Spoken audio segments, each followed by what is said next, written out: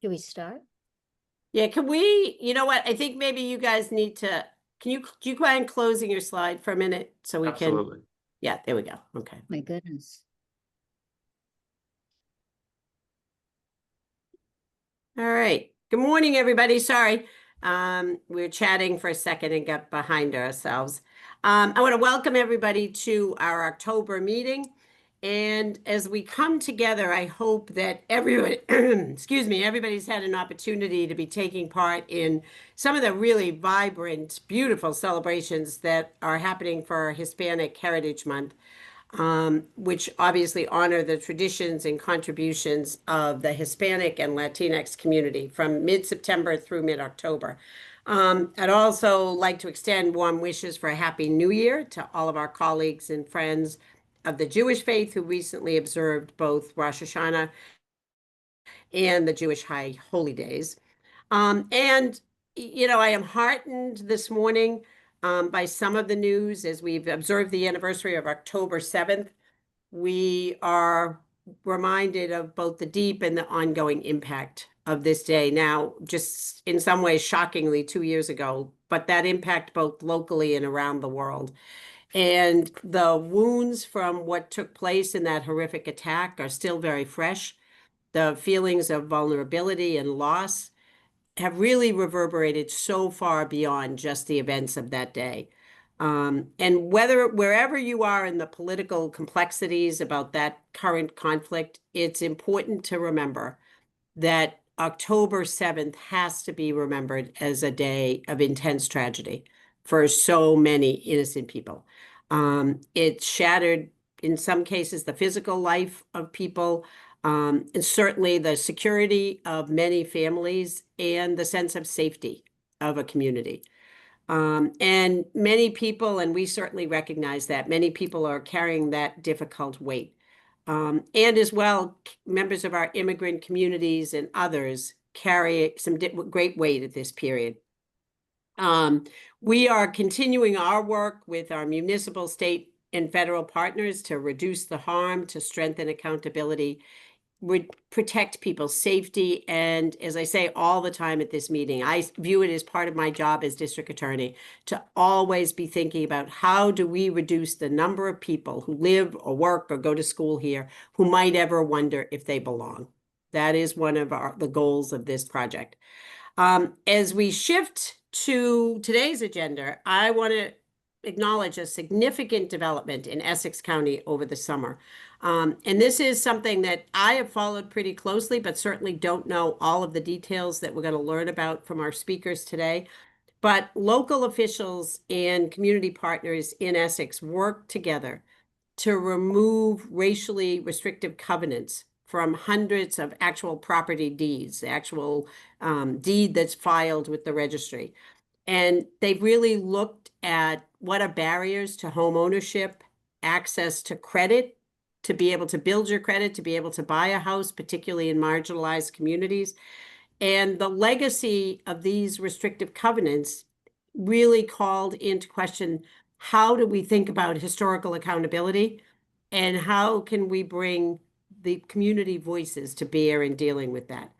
And based on those insights, Kenneth Willis emphasized that targeted payments, pathways like a down payment and help with closing cost to help close those persistently large equity gaps in lending and ownership.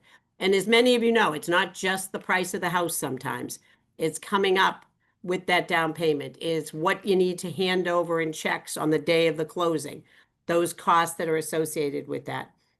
And Rosa Ordetz highlighted local organizing and homeowners' support to confront and remove those discriminatory language, that discriminatory language in the deeds. And then also looking at very practical things, zoning tools, policy tools to expand fair housing. And from an Indigenous perspective, Love Richardson reminded us that land and housing and belongings are inseparable. And repair requires really centering those who've been most impacted from exclusion in those groups. And that ongoing work that is happening in Essex County, is really to be commended. I hope it serves as a model. I know our speakers here today, who've been the architects of a lot of this work, will hopefully continue to spread that message, and that we'll have really concrete restorative action, and it's all of a piece with our work around restorative justice to widen the pathways to have equitable, stable home ownership. I think no one can dispute the studies that show what a difference owning a home makes, what a foundation it can give for a family, how it allows them to do so many other things, whether it's employment, education, taking care of their own family members. So much of that comes from being able to have a house. So I'm really delighted to have with us this morning Dr. Eileen Duff. Dr. Duff practiced real estate for 22 years at Keller Williams in Beverly. She served as the president of the North Shore Association of Realtors in 2022. She was the board member of the Massachusetts Association of Realtors. She is currently, and this is a long list, a member of the Cape Ann Chamber of Commerce, the Beverly Chamber of Commerce, the Gloucester Democratic City Committee, the American Association of University Women, the National Women's Political Caucus, Emily's List. She is an alum of the Emerge program in Massachusetts, as well as other civic organizations. And in part, based on all of that work, in 2015, Dr. Duff was the recipient of the Gloucester Bar Association Law Day Award, given for her work to keep Gloucester and community courts open. Additionally, she was the first governor's counselor ever awarded the Massachusetts LGBTQ Bar Association elected official of distinction for her work giving voice to underserved communities. Prior to her time on the Governor's Council, which, as many of you know, does lots of important things, but probably none more important than reviewing the credentials and having hearings on those that the governor nominates for positions on the trial court and bench of the Commonwealth. She served as a chaplain working with addicts and hospice patients. She was a Clinton White House appointee to Commissioner Rochelle Chong at the FCC during the 90s. And in 2023, she was elected Register of Deeds with 63% of the popular vote. And she used that spot as well as so many of her other positions to be really focused on community outreach and education. She holds a master's of management in organizational development and a doctor of ministry. And if I can stray from that very worthy biography for a minute, I've known Eileen for a long time. All of that is really a part of who she is.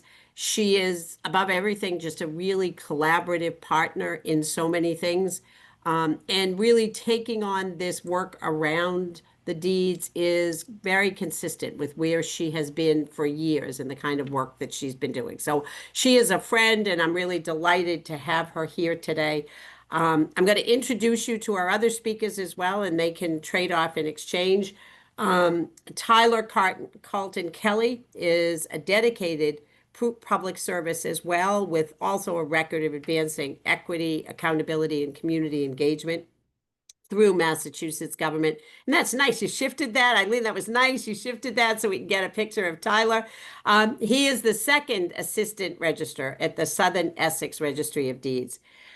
He previously spent a decade at the Office of the State Auditor under Auditors Bump and DiZoglio, rising to the Director of Intergovernmental Affairs. Tyler holds a Master's of Public Administration and a Master of Science in Political Science from Suffolk University, as well as a Bachelor of Science in Political Science from Salem State University. He's been named a top LBGT Power Player Under 30 by Boston's Spirit magazine. And he's really focused, like Eileen, his career on building stronger, more just and inclusive communities. And what I love about today is that Eileen and Tyler have brought some law students with them who've been working with them on these projects. Nathan Gudis is a second-year law school student at Mass School of Law. He's from Rentham, and he went to UMass Amherst for his undergraduate degree, getting a bachelor's degree in political science in 2021. And getting good practice because he hopes after graduation from law school to specialize in property law, really looking at real estate transactions and developments. And last but certainly not least, Patrick Wilson is also a 2L at UMass School of Law, graduating in 2027. He's from Chelmsford, attended Westfield State, and studied criminal justice. And after graduation, he plans to pursue a career in criminal law. So, and Aiden, I think, are you joining them as well? Yeah, I am. All right. And you know what? I apologize all over the place, but tell us, oh, Aiden is a second year student at UMass Dartmouth School of Law. And she completed her undergraduate studies majoring in political science at UMass Dartmouth. She's originally from Chelsea, and she has a passionate interest in pursuing a career in immigration law, and is, we all know, a lot of the amazing work that we are seeing around immigration issues right now is coming out of Chelsea. So great place to come from, to have that passion and that to start in that work. So thank you all. I am really looking forward to this and to learning a lot more about the work that's being done. So I'm going to turn it over to Register Duff and to Second Register Tyler. Thank you. Thank you, DA. So we're going to talk today about the Dirty Deeds Project. And I'm going to, when I ran for Register, this was an issue that was out in the public, that was something I actually campaigned on, that we would take this up and try to fix it. But I'm going to give you a little bit of background about myself that I don't even think my law students, I don't know, I regaled them with so many stories. I don't know if they heard this one. But working in real estate for 22 years, as DA Ryan mentioned, there are a lot of barriers to home ownership. And some of them are things that, even though they're not legal, they still happen. And for me, this is very personal. My grandfather was an immigrant from Italy. And like so many immigrants, he came here with nothing, built a successful business, lived in the apartment over his store, and then was able to buy a 2-family home and wanted to buy a single family. And he heard about a house in a neighborhood he wanted, and nobody would tell him where the house was. And finally, one day at the bank, somebody said, "Hey, listen, Nick, this is the house, but you can't live there because you're an immigrant." And he insisted on seeing it, and they only allowed him to look at the house at 9 o'clock at night when it was dark out, so nobody would know that he was there. Like so many immigrants today, he had saved his money and he bought that house. And it is a story that has stayed with me my entire life, because I would still run into people in Beverly that would say to me, with such pride, your grandfather was the first Italian in that neighborhood, and it was a source of pride for the community. And so I can't stand to see anybody held down. And part of the Dirty Deeds Project, it had been started by the NAACP and Harbor Light Homes, doing research into what homes in Essex, Southern County had restricted covenants on them. And what a restricted covenant is, it could mean that somebody wasn't allowed to live there. You could be Black, brown, you could be Jewish, you could be Catholic, you could be Italian, Irish, anything. They could name anything. And I think some of our students found some that were so shocking. You basically had to be, a white person from England and nothing else. But the allowing these things, even though you can't enforce them today, allowing them to still exist means that we're complicit with the language and with it being okay. And that was something that I was very passionate about changing. We cannot be complicit with any kind of prejudice against anybody, because home ownership really does matter, and it is a way of building wealth for people. So when I was elected, this was one of the projects we started on. It took a little while to figure out how we could actually do this, and I'm going to let Tyler talk a little bit about some of that, why we couldn't just rewrite every deed over again. But I quickly realized we needed the help of some up and coming attorneys. And so I, as a firm believer in public schools, I wanted only law students from our only public law school in Massachusetts, UMass Dartmouth Law.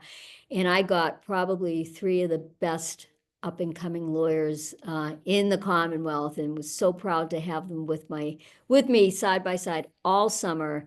And they have actually continued to do this work without pay to help us achieve this really huge project.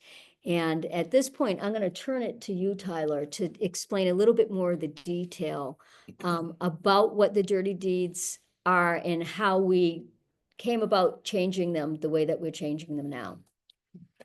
So this has not been done anywhere in the nation. Other places have looked at ways to do it, and they've opened up the opportunity to do it, but it's not been proactively done. And so we didn't have any model to base it off of.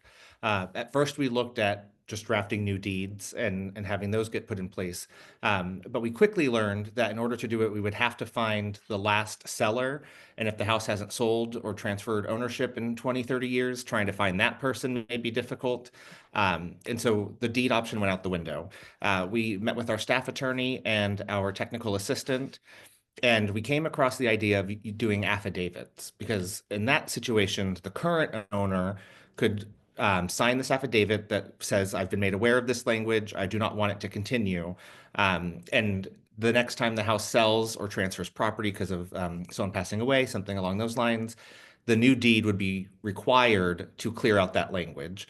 The biggest issue today is not that the deeds are being recorded with the language explicitly in there. What's happening is over the years, it just gets copied and pasted saying all previous covenants. Well, that happens to include the discriminatory covenants that never got cleaned out. So in doing this, it ensures that the next time a deed is drafted for this property, it will have to make clear that the discriminatory language of the past is no longer there. Over the course of this project, we did run into someone who agreed with the idea of being able to discriminate. They were curious why this was a big issue. They should be allowed as the property owner to decide who the next owner is. That aside, as the register referenced, this obviously is not legal based off law. But one thing that kind of became clear to us and why this project mattered so much to us is we've learned in recent years that longstanding precedent is not a guarantee anymore. No. We've seen things that have been in place for decades suddenly get taken away. And so for us, the only way to ensure that this type of housing discrimination does not happen is if it's not in any deed, because regardless of what the courts do, regardless of what happens to the law, if no property has that restrictive covenant, no property would restrict who lives there. And so because we could no longer rely on the precedent of the law, we wanted to find a way to efficiently do this and do it in a way that would ensure the discrimination stops and is not able to be revived in that way. So our interns did a great job drafting many of these affidavits, and we've been slowly bringing people in to sign them, and we've been cleaning the deeds ever since. Oh, I was going to say, we also, when we took the project up, there were about 600 dirty deeds that had been identified. We identified over 200 more over the term of our work on this. There could still be more out there, but I think we have the bulk of them right now. And we also had to go the affidavit way. You can't redact something in a deed in Massachusetts without going to court. And so we really had to think very cleverly how we could do this. And I was able to issue a declaration, I suppose is what it's called, saying no deed can be recorded anymore in Essex South with any restricted covenant in it. And so all our recorders are trained to look for anything that says that, and the deed will automatically be rejected. And that takes care of anybody just copying and pasting and not really doing frankly, some of the title research in the background of that. So we're being as proactive as we can here. And as Tyler said, we're the first registry in the United States to do this. And we actually have been contacted by other states asking for help and how we're actually achieving this. It's an issue nationwide, but no one else has proactively done anything until we have. So we're very proud of that. And it would not have been possible without Nathan, Patrick, and Aiden this summer in their diligent work. So when they graduate, keep your eyes on them because they're going to be great attorneys. Should we turn it over to them? Yes, Nate, you can share your screen. Perfect. Okay. I do not do this often, so bear with me here on the PowerPoint sharing.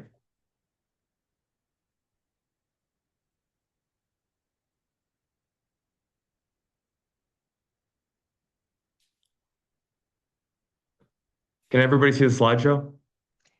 Yep. Thanks. Okay. Patrick, would you like to start? Yeah. So good morning, everybody. I'm Patrick Wilson. We're here to talk to you about the Dirty Deeds Project. So just to start off, to go over procedure. So we started off, we were given a list by the register that had all the ones they've already found. So from there, we just confirmed the privity of the original deed. And then once we confirm the privity, we'd find the property owner and verify it's actually them, because sometimes this list was compiled probably 2 years prior to this summer. So we had to make sure it hadn't been sold off since.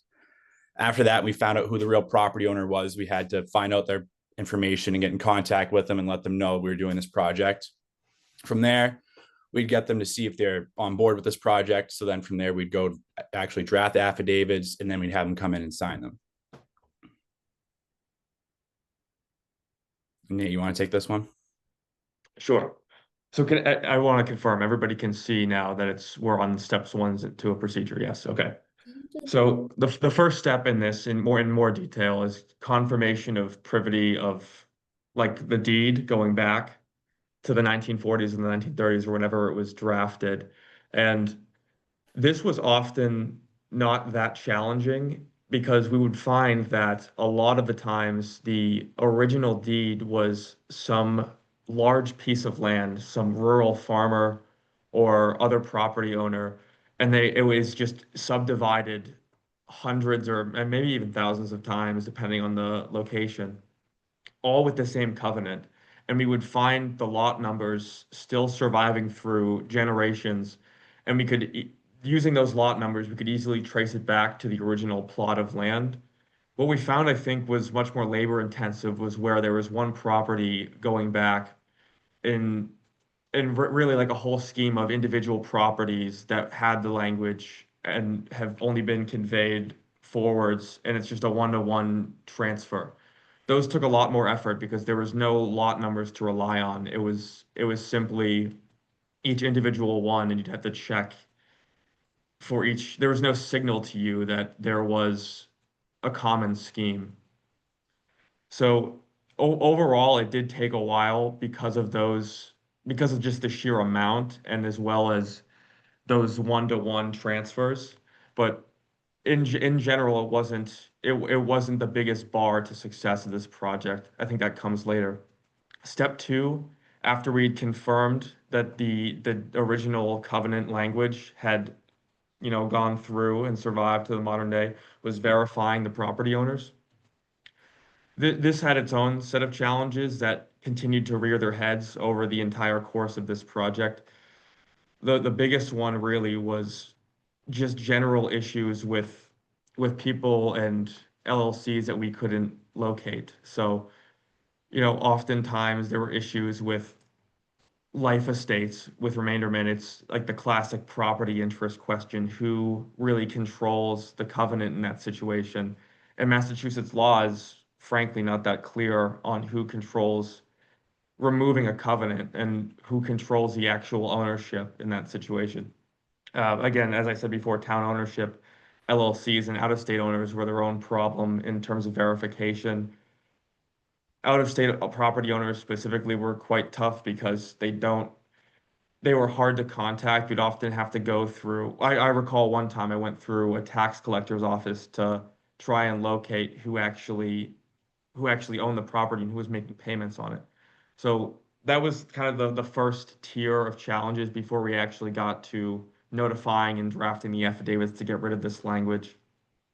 Moving on though to steps 3 and 4. This is notification of the property owners and drafting of affidavits. So the notification of the property owners was its own challenge in the sense that the property owners didn't know about this, generally speaking, and didn't really trust us, and it often was a slow and then later exponential change in their attitude towards this project. So we employed like a 3-tiered system of notification, and it involved first the deed registry making public notices, like working with police departments, working with town municipalities to get the word out there that this is something that's happening and it's legitimate. Second was calling property owners, which I personally do not find effective in terms of notification, or at least it's quite labor intensive. Many people think that you are a spam caller. Many people think that you are trying to defraud them of their property. And at least at first, I do not recommend this if you guys want to employ a strategy similar to the ones in Essex County, because most people will hang up or not answer at all, and they won't trust you until other people let them know in their own town that this is a legitimate thing that they know and trust. I think the third option is quite effective, sending letters out to everybody on the property once they've been verified. I think that this allows them to kind of go at their own pace. It allows them to kind of trust the process and call in and do their own research without feeling like they're being pressured into coming in, which I think might be the effect of a phone call. But this needs to happen with every property owner for them to obviously come in and sign the affidavit. So it's something that it's unavoidable and it is quite labor intensive. So this is, I think, a big hump in terms of hump to get over in terms of like in terms of actually completing the project. Step 4, drafting the affidavits. I think there are a bunch of challenges with this, and I'm going to turn it over to the other law students because I don't want to spend the entire conversation speaking about this. But the one that I found personally was life estates and remainderment again. Like figuring out who amongst those two is the one with the authority to disclaim the covenant is quite a challenging, and it can be stressful for the property owners too, because they feel like people are going around them and changing their property without their consent if they have a life estate. So it's a two-tiered issue where there's a legal issue about getting the right person to disclaim, and then there is like the social issue of building trust in the town, because we want them to have faith in us as the deed registry, and if they feel like they are being ignored or not considered, that's not gonna happen. So do either of the other law students, do either of you want to comment on some other challenges of drafting or in any other spot of this, procedurally speaking? I'd say for drafting affidavits, at least in my opinion, I did not expect it to be that labor intensive, because I thought it'd be a quick thing, but definitely making sure you had the right language in there, doing your legal research and having the right person written down. I definitely underestimated how much time that'd take.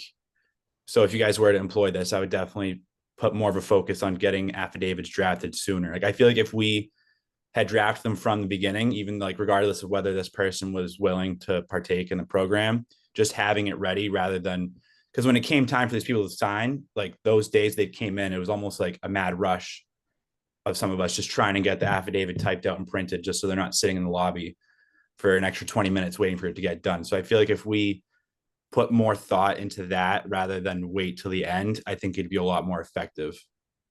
But yeah, Aiden, if you have anything else you'd like to add about the procedure. Yeah, I feel like another issue that it raises that having it to be clear and concise for people to understand. I feel like some people are still, even though we spoke with them and they received the letter, they still came through with questions over their affidavits and the implications of it. So having like at least like simpler language and an understanding of what this is about will like assist them as well. And the last step that I didn't include in here is actually having people come in and sign, which is obviously its own logistical challenge. it just requires more coordination than legal knowledge, but you do need to have an attorney available and a notary available. And that is obviously, those are resources that you're going to need to expend to get this done. As far as the benefits go, I think that there's a few, we've talked about the benefits already so far. I think Register Duff touched on them, and as well as Assistant Register Tyler Carlton Kelly. I think that there's other benefits though. I think that what's kind of going under the radar is the potential economic benefit of a project of this nature to the community. So we are the first state to do this. We're the first state in the nation to be disclaiming these deeds. I think that has a historical value that might increase the property value over time. Like this is something that can be held out with the property as a part of a wider social change that started in Massachusetts. And I think that that is something that it's being conferred to people that are not super rich. They're not, most of the people in these towns, when we went to many of these locations, they're not ultra rich people. These are regular people. And I think it's good to be conferring this benefit to regular people in terms of an increase in value. I think that there are obviously many other benefits here. Pat, Nathan, do you guys want to touch on these at all? Aiden, you can go Yeah. first. Yeah, I just want to like focus on also the restorative aspect of it. Because with these deeds, they just serve as a reminder of like how far we've come as a state, with being not as inclusive, and now we're really inclusive. I think it just reminds us that property law is about protection of rights and not a way to restrict someone else's accessibility. And I think it just reminds us that like we have this past with these deeds, and then here we are, we're going forward with not recognizing them as like a continuing issue with communities. I don't know, Pat, if you have anything else.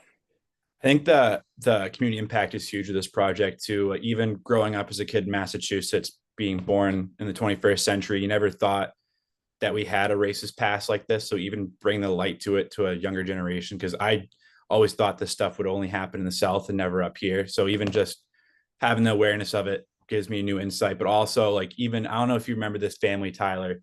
Usually when they'd come in to sign affidavits, it'd be like property owner, maybe their husband or wife, depending if they're married or not. But it was a Jewish family, and they brought in their whole family, their two young kids, and like they basically used it as like a teaching moment to just like show like, hey, there are people in our government that do care about a community, and you could also easily be a part of the change you want to see happen. So even seeing like something that was so like, I not say insignificant, but like it's just signing a piece of paper, but to them it was so significant to like rebuild their own faith in the community, which I think is something that was really overlooked in the project. And I think all these benefits do also come at, relatively speaking, a low cost. This is not something like we're three law students, so we're not billing at a rate of any of the attorneys in the call today. Unfortunately.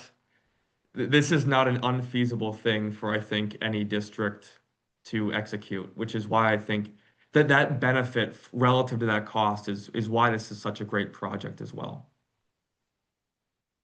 So I think that's what we have for you guys. I don't know if there's any other comments from either the law students or the registrar's office, but this has been a great opportunity, and thanks for having us on to discuss this. Nathan, can you guys give guys. examples of some of the language you saw? Just for some of us on the call, just to get a perspective of what the language that you saw in some of the deeds. Yeah, absolutely. We saw ones that were discriminatory based on religion. So this is like no person of Jewish blood. There's there are many based on race. So I don't know if I should actually like say this verbatim, but no people like black or Italian or just generally ethnic discrimination. And so some of them were comically long. So some of them were like every race or ethnicity you can think of. I think Register Duff mentioned this earlier. every race or ethnicity you could think of except for like a white English person. And it was really shocking the extent of this and the depth at which this was going on. What also concerned me, I would say, is that some of these were limited, but others they were trying to get these covenants through for in perpetuity, which I don't even know if that was legal at the time. It's shocking the depth and breadth of these types of discriminatory languages in these deeds. I see a hand in the chat though. Just real quick, Nathan, just to expand on that, we even saw deeds that were so broad that just said no person other than the white race or Caucasian race could live here, but then would make an exception that said this does not preclude any domestic servants or Slaves. living on the property. So it even got very it was a very wide range of how it was portrayed. Am I? Yeah. And to that point, what you were saying, Nathan, it was so shocking to actually, we think we're so progressive here in the North and everything, to actually see still in our deeds the word slave or indentured servants, or it's kind of jarring to you when you actually see it, and it's right here in your hometown. So the other thing I wanted to say that I appreciate you mentioning was some of the folks that came in, they weren't exactly who we expected the first people to come. And that was so refreshing in some ways to me, to see older people who had lived through discrimination of their own coming to us saying, no, we don't want this.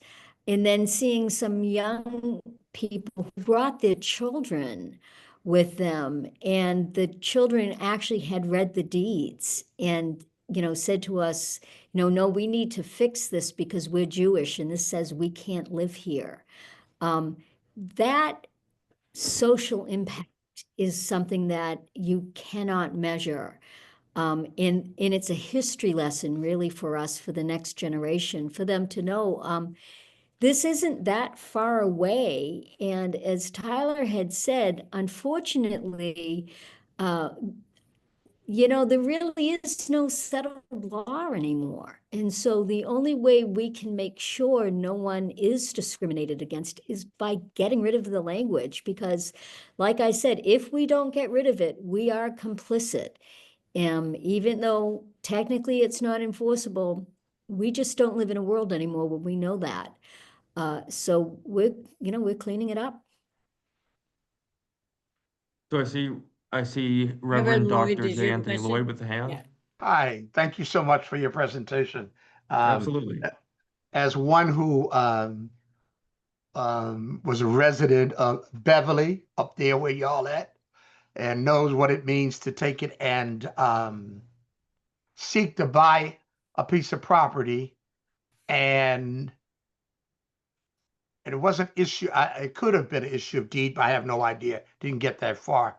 But not being shown property, and only knowing that I was not being shown property because my realtor letting me know that, they don't want any blacks. And so therefore, never did see the property. But they did a workaround. And so we did little tricks to sort of say, keep them from knowing that it's what I look like. They did all that front rope and that have you. So my only question for you is in this project is this two questions. One is, did you find a historical pattern in terms of time-wise when these covenants were in? Was there periods of history where everybody was doing these covenants, number one? And then number two, you mentioned that most folk you dealt with were, you used the word regular. I don't know what regular means, but they weren't high-end people. Was there an economic strata in this here, in your findings, that brought to this idea they're getting more covetous? Well, both are great questions. So we did find a pattern of restrictive covenants. I think what's disconcerting is that many of these were from the 1940s, which is post. It's after where you'd expect them to be. It's quite recent historically speaking. And it's after, like, this is right around the time of World War II and World War II and post Great Depression. So it's not, there's no excuse for this, I think. And so we did see a lot from the 1940s, and then we saw a few from the 1930s. I don't recall working on many from the 1930s, and then some from the 1920s and 10s. I think post 1940, the prevalence really goes away quickly, and I think that kind of corresponds with the social change later on in the 60s. But yes, from I'd say 1920s and 1940s were a big, those two were big time frames for this. But I think we see less of these in the 1800s. And I think it's because maybe the chain of title just didn't survive over that period of time. I'm sure that they were there. I'd be shocked if they weren't, but most of ours were from the 1900s and specifically from the 1920s and 1940s from what I saw. As far as me describing the people that are disclaiming this language as like regular people, I just mean that we are not helping ultra rich people with these giant properties here. I mean, I drove through these neighborhoods and I think I personally feel better conferring a benefit that could be economic on people who are not ultra rich. And as far as in economic strategy, I think that this is more social and less economic. I just think that this is a benefit that is maybe underlying the social benefits that also are so important in this project. Touching back on the time frame, one reason why there's so many that are clustered in the around the same years, especially in the 20s and 40s, are because it was land that was one large piece of property, maybe a farm. And in fact, in Danvers, we have Danvers and Beverly, I believe, there's a couple spots where it's like 3 farms right next to each other in the town. And when they got divided up, the owner is who put into the deeds that they did not want certain people living there. I think one of the reasons why we don't see as many in the 1800s is also the fact that when the properties were being subdivided, there was a lot of opportunity for people to purchase the property. And that's why they wanted to ensure that they could decide who was living there, because their lot was turning into 15 or 20 new lots, and they wanted to keep it a specific type of neighborhood. In the 1800s, there was more of these being sold as the large lots, and it was a lot easier for them to decide who got to live there because they would pick who got to purchase it. So I think it was part of the reason why there's so much more later on, which we didn't think about, is that it was because there was a large amount of potential people moving in, and they wanted to create the type of neighborhood that they desired, whether it be a white-only neighborhood or a Christian-only neighborhood or something along those lines. So I think that those are two things that kind of played into why there's a pattern in the timeline. D.A. Thompson, I see your hand. You have a question for us? Yes, 2 questions, D.A. but I just want to Thompson. recognize Donna. Am I correct? I believe the project came from the town and the law students were kind of hired to help, right? So this was initiated by the municipality, or was it the other way around? So University of Minnesota is doing a mapping project, and they've reached out to various organizations to try to assist with that because they want to do this. They're focusing in their area. The Thank you for clarifying that. The North Shore branch of the NAACP worked alongside with Harbor Light Homes, which is a nonprofit in our area here. And together, they mapped out what University of Minnesota was hoping for. So there's a lot of organizations doing the same project all around the country, and they're all kind of providing that info to University of Minnesota. Then the NAACP and Harbor Light Homes took it one step further, and they wanted to share that information with the registry. We asked. And so, them. so we asked for that Yeah, information. we asked them if they couldn't do anything else. They were kind of, they didn't have the resources. So we asked them, would they share the information with us? And we took the project over and then expanded it, and then actually started implementing with our students, with our law interns, the research and the affidavits. But the data was initially collected as part of the University of Minnesota's project to highlight across the nation where all these deeds are. And then we had the idea of taking it a step further and taking action, because we don't want to highlight it, we want to fix it. And I put in the chat for everyone, we also had Harbor Lights come some time ago, so I put the chat there in the chat, their conversation that we had them. But I have two questions. One is, how did you originally identify deeds? Like at the beginning, I think you said that you had maybe 600 or some identified and it grew. And the second question is, when we talk about getting more community involved, is there a way to get realtors or in sales to look at the deeds up front, and as we move forward, just go on a different path of acknowledging to a potential buyer, this is an issue with your deed, while we have everyone at the table, can we fix it? Those are just two quick questions. Yeah. So those are two great questions. To answer the first one, so the initial 600 came from the data collected by NAACP and Harbor Light. And then when our interns started the project, because we were having to create this from the ground up, there was no model to follow.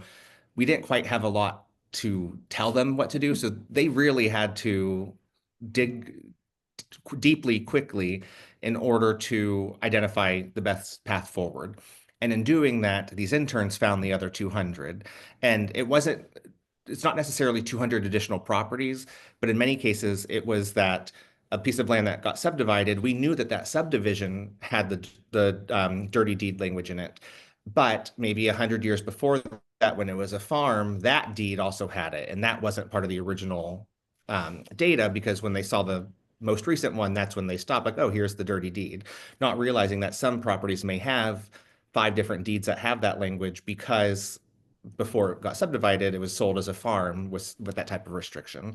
So they identified those additional 200 just amongst their work, and it was great. Which is, I can't emphasize enough how extraordinary the work that these students did was.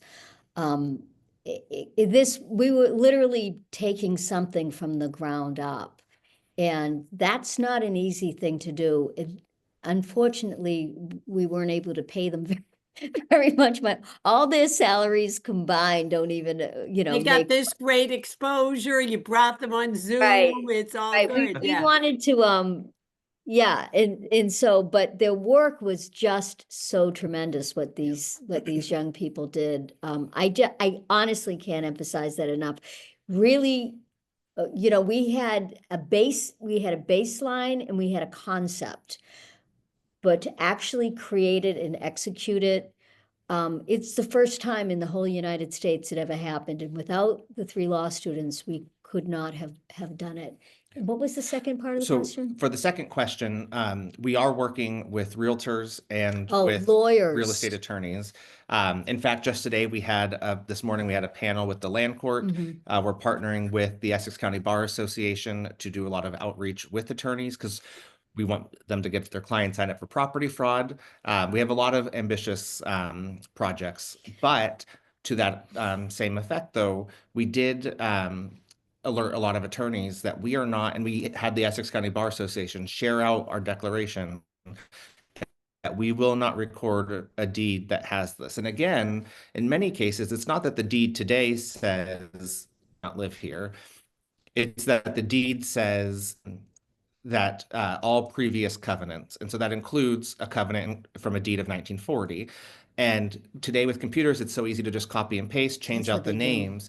And so we've let them know this is not going to be accepted. And so in many cases, attorneys are looking at the deeds, fixing it. We actually had one from Nahant when we reached out to let her know about this project, and we had her affidavit. She informed us that she was going to be selling and asked if she still had to come in. So we said no, but you'd have to work with your attorney to clean the deed. The attorney sent us a copy of the deed before it was recorded. We were able to adjust the language.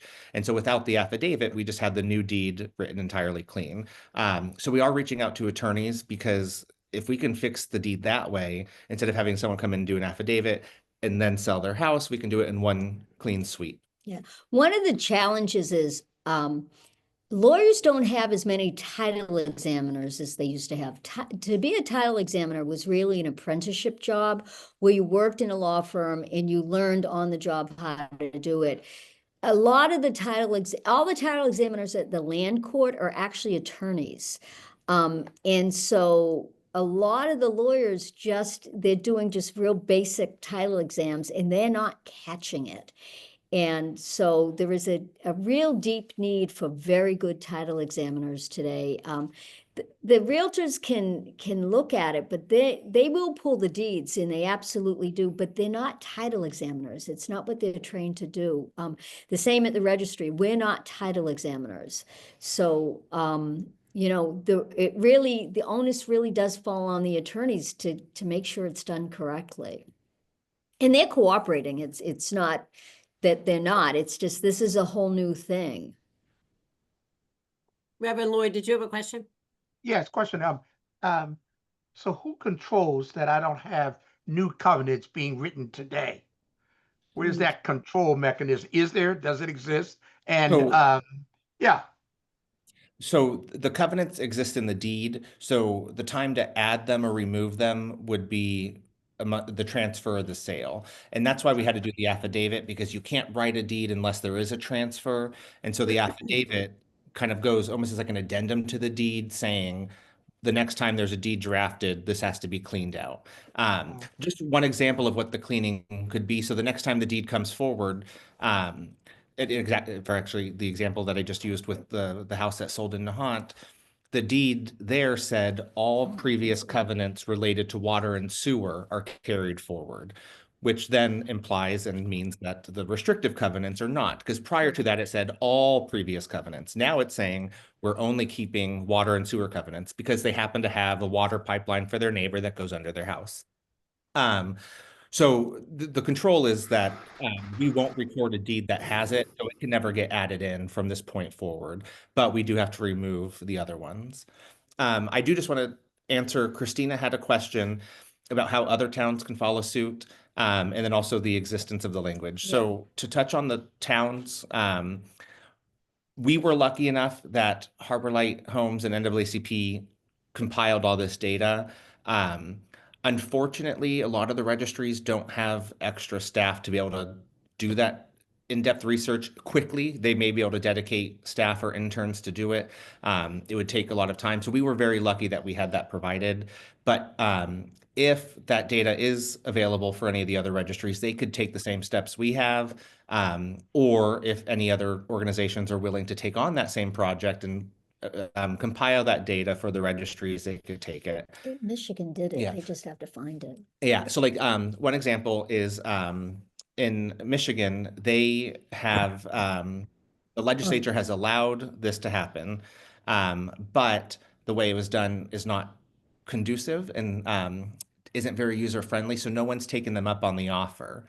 It's just the possibility is there, but they've put so many steps in to make it, it's made it impossible. But that's why we wanted to make this as easy as possible for everyone. The second question about the erasure of the history, by law, we cannot redact anything in a deed, but we also don't want to. We don't want to. Because once something's redacted, sure, we know what got redacted, but 20 years from now, someone may not know. And that makes it worse because if they don't know what was redacted, they don't know not to add it back in. We never have the chance to learn from it. And so the language will stay there because also redaction opens up a slippery slope and leads to open interpretation because you have to guess what was there. So the language will live on because, again, currently by law, we can't even redact, but we don't want to. Instead, it's there for us to learn from as a shameful part of our history.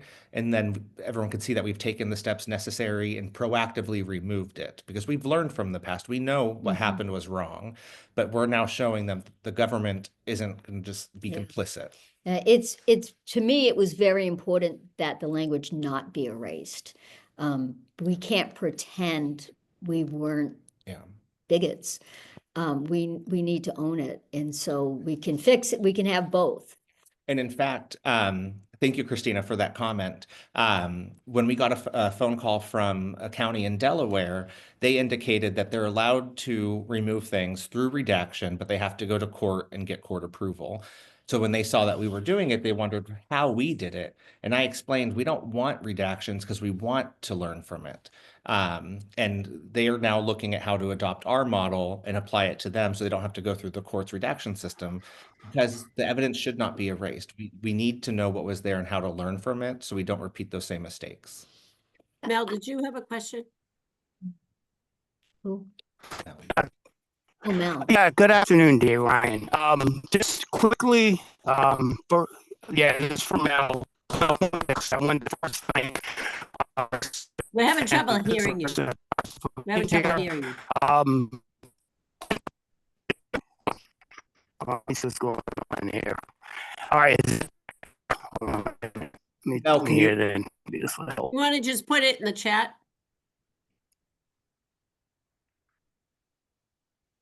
Okay, is that better? No. It's better. It's still not great. Is that Mel, can you better? Yeah, that's better. Try that. Yeah, try that. Okay. Better? All right. Quick question. Do you have a calculated number, percentage of where you started? One, for example, specific towns or cities in Massachusetts that this was a prevalent problem? And do you have a targeted date and time when you can see that this problem will be more addressed in terms of cooperation with those towns or cities? Because I know that you mentioned about certain cities that weren't being very cooperative in terms of changing the language. So I was wondering, do you have?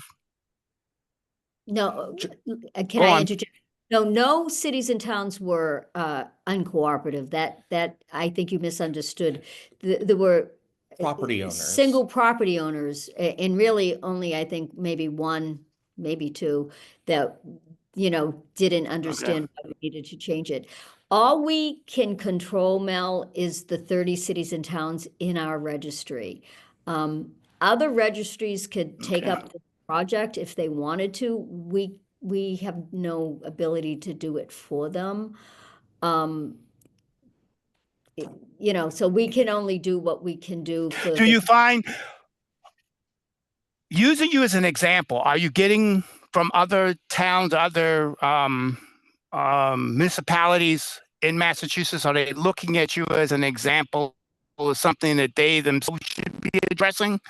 Because this is a prevalent problem across the state. So it would be the other registries of deeds. And so if you don't live in our registry, what I would suggest is you reach out to your registry and say, what are you doing? We are more than happy to share our models in how we do things with any other registry.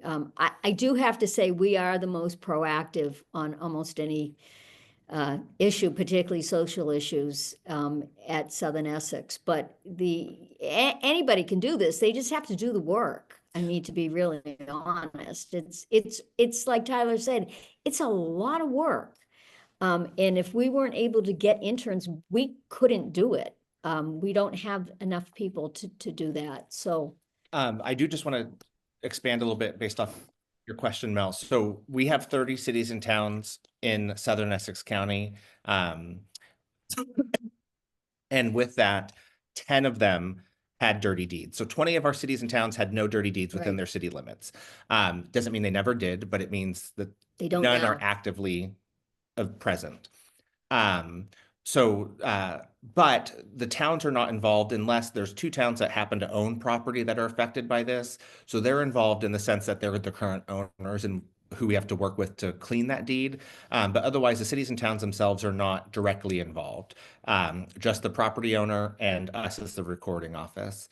I do want to say, just a little plug here, that currently scheduled for October 21st is a hearing for Bill S-1080-1080, being presented by Senator Lydia Edwards. Register Duff is one of the co-sponsors of that bill. It is a bill that would essentially require this across the state for every property that has a dirty deed would be required to be cleaned. We fully support that bill, and if you want this to happen across statewide, you should talk to your legislators about supporting it. But we didn't want to do this because it was required by law. We wanted to do this because it's the right thing to do. So that's why we started early. You both, I mean, to you me, both this have was answered the question. Excellent. This was a no-brainer. And I mean, Mel, both of us, but this actually was something I campaigned on. I didn't know how I was going to do it, but I knew I wanted to do it. And so, and it wasn't, I'll be really honest, it took some thinking to figure out how to do it.